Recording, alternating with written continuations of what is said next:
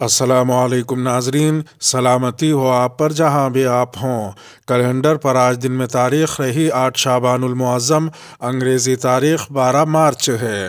اپنے میزبان راہی حجازی سے انڈیا کی خبریں سنیے۔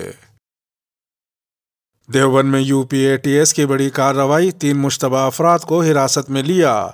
UPATS نے دیوبند میں بڑی کارروائی کرتے ہوئے 3 مشتبہ افراد کو حراست میں لے لیا ہے۔ ATS کی اس کارروائی سے علاقے میں کھلبلی مچ گئی۔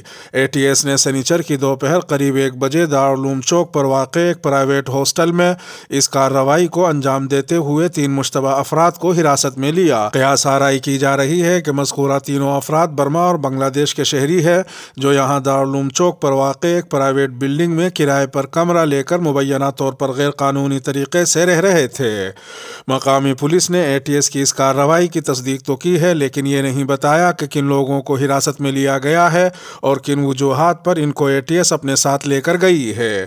علاقے میں اس طرح کی بیچے میں گوئیاں ہو رہی ہیں کہ مذکورہ مشتبہ افراد یہاں کسی مدرسے میں دینی تعلیم حاصل کر رہے تھے اور وہ یہاں بغیر ویزے اور بغیر پاسپورٹ کے غیر قانونی طریقے سے رہ رہے تھے۔ ATS کی اس کارروائی کے بعد علاقے میں اٹکلوں اور قیاس آرائیوں کا بازار گرم ہے۔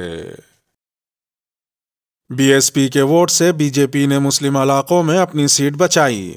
اتر پردیش اسمبلی انتخابات میں BJP اکثریت کے ساتھ دوبارہ حکومت بنانے جا رہی ہے۔ UP الیکشن کے نتائج کے مطابق مسلم اکثریتی علاقے مغربی UP میں ان 65 سیٹوں میں سے سماجوادی RLD اتحاد نے 40 سیٹوں پر جیت درج کی، جبکہ BJP کے کھاتے میں 25 سیٹیں آئیں۔ ان نتائج پر قریبی نظر رکھنے والے سیاسی مبصرین کا کہنا ہے کہ مسلمانوں کا یک مشت ووٹ سماجوادی اتحاد کو ملا ہے، وہیں BJP نے BSP کے دلت ووٹ بینک میں سیندھ لگا دی ہے۔ سیاسی مبصرین کا کہنا ہے کہ BSP کے ہی ووٹ سے BJP نے مسلم حلقوں میں اپنی سیٹ بچائی۔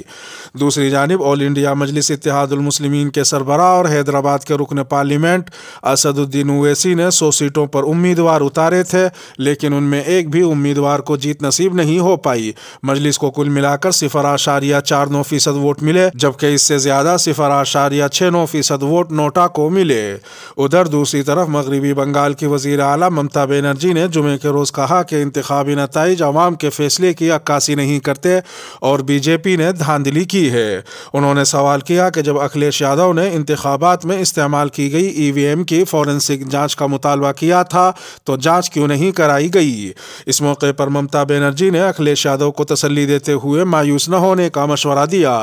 انہوں نے کہا ابھی سب کچھ ختم نہیں ہوا ہے، BJP نے صرف چند ریاستوں میں کامیابی حاصل کی ہے اور وہ ایسا برتاؤ کر رہے ہیں جیسے انہوں نے لوک سبھا انتخابات جیت لیے ہوں۔ یہ ٹھیک نہیں ہے، 2024 کے انتخابات اتنے آسان نہیں رہیں گے۔ کانگریس لیڈرشپ کو چاپلوسوں نے گھیر لیا ہے۔ 5 ریاستوں کے اسمبلی انتخابات کے بعد کانگریس صرف 2 ریاستوں راجستھان اور چھتیس گڑھ میں سمٹ کر رہ گئی ہے۔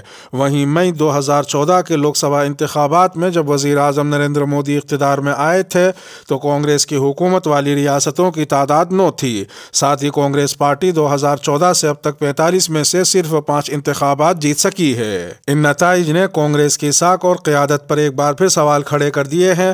یہ سوالات باہر سے نہیں، پارٹی کے اندر سے اٹھ رہے ہیں۔ کانگریس صدر سونیا گاندھی نے اشارہ دیا تھا کہ پارٹی کی ایگزیکٹو کمیٹی کی میٹنگ جلد ہی منعقد ہوگی، جس میں مزید منصوبوں پر بات چیت کی جائے گی۔ پنجاب میں عام آدمی پارٹی کی جیت کو دیکھ کر کچھ نوجوان لیڈر کہہ رہے ہیں کہ پرانے اور تھکے ہوئے لیڈروں کو نئے لوگوں کے لیے راستہ بنانے کی ضرورت ہے۔ کانگریس کی شکست پر پارٹی کے سینئر لیڈر غلام نبی آزاد نے کہا کہ میں حیران ہوں، پارٹی کی شکست دیکھ کر میرا دل رو رہا ہے۔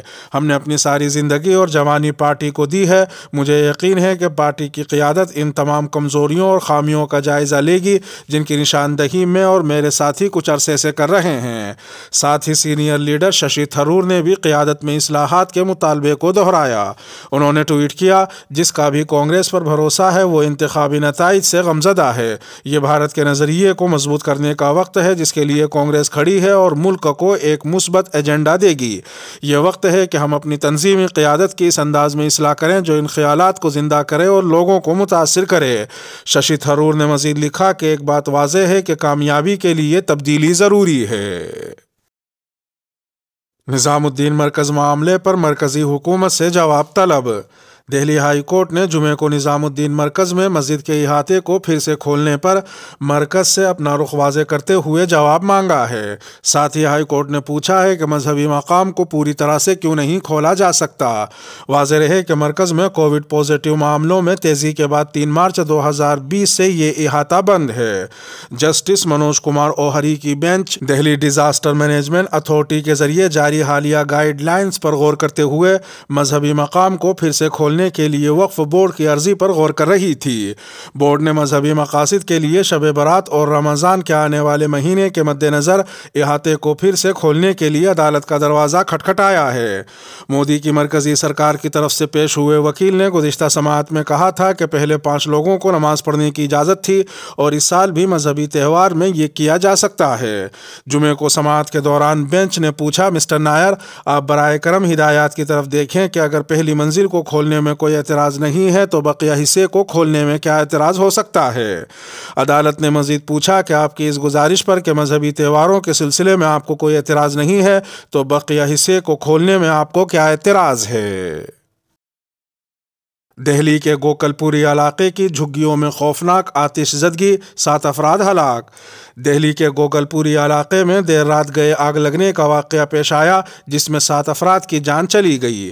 دہلی کے وزیر اعلیٰ اروند کیجریوال نے گوکل پوری میں آگ لگنے کے سبب جھگی بستی کے 7 افراد کی موت پر تعزیت کا اظہار کیا ہے۔ شمال مشرقی دہلی کے ADCP کمار پانڈے نے کہا کہ آگ پر قابو پا لیا گیا ہے۔ فائر بریگیڈ نے 7 لاشوں کو برآمد کر لیا ہے۔ اس حادثے میں 30 جھگیاں جل کر خاک ہو گئیں۔ شمال مشرقی دہلی کے بھارتیہ جنتا پارٹی کے رکن پارلیمنٹ منوج تیواری نے گوکل پوری کی جھگیوں میں ہونے والی اموات پر گہرے رنج و غم کا اظہار کیا ہے۔ منوج تیواری نے ہفتے کو کہا کہ یہ واقعہ دردناک اور دل دہلا دینے والا ہے اور ایک رکن پارلیمنٹ کے طور پر میں ہر متاثرہ خاندان کے ساتھ کھڑا ہوں۔ انہوں نے کہا کہ BJP کا ہر کارکن دکھ کی اس گھڑی میں متاثرین کے دکھ میں برابر کا شریک ہے۔ حج کمیٹی کی تشکیل نو، سپریم کورٹ مرکزی حکومت پر برہم۔ حج کمیٹی آف انڈیا کی تشکیل نو اور دیگر کئی معاملات کے سلسلے میں دائر مفاد عامہ کی ایک عرضی پر سماعت کرتے ہوئے عدالت عظمیٰ نے حکومت کے رویے پر سخت رخ اپنایا اور 8 ہفتے کے اندر مرکزی حکومت سے حلف نامہ داخل کرنے کو کہا۔ سپریم کورٹ کے جسٹس عبد النظیر اور جسٹس کرشنا مراری کی بینچ نے سماعت کرتے ہوئے کہا کہ یہ آخری موقع دیا جا رہا ہے۔ کئی اسٹیٹ کے وکیل اور سینئر وکیل نٹراجن نے دوران بحث کہا کہ بہت سے اسٹیٹ میں الیکشن تھے اور پہلے کووڈ تھا اور ہم کمیٹی بنانے میں لگے ہیں۔ عرضی گزار حج کمیٹی آف انڈیا کے سابق ممبر حافظ نوشاد احمد اعظمی کے وکیل طلحہ عبد الرحمان نے عدالت سے بحث کے دوران مطالبہ کیا کہ حج کا وقت قریب آ رہا ہے، اس لیے اس پر عدالت کوئی فیصلہ دے۔ واضح رہے کہ جون 2020 سے حج کمیٹی آف انڈیا کی تشکیل نہیں ہوئی ہے اور بہت سے اسٹیٹ میں بھی حج کمیٹیاں نہیں ہیں۔ مرکزی حج کمیٹی میں اسٹیٹ حج کمیٹی سے 9 منتخب نمائندے ملک بھر سے شامل ہوتے ہیں۔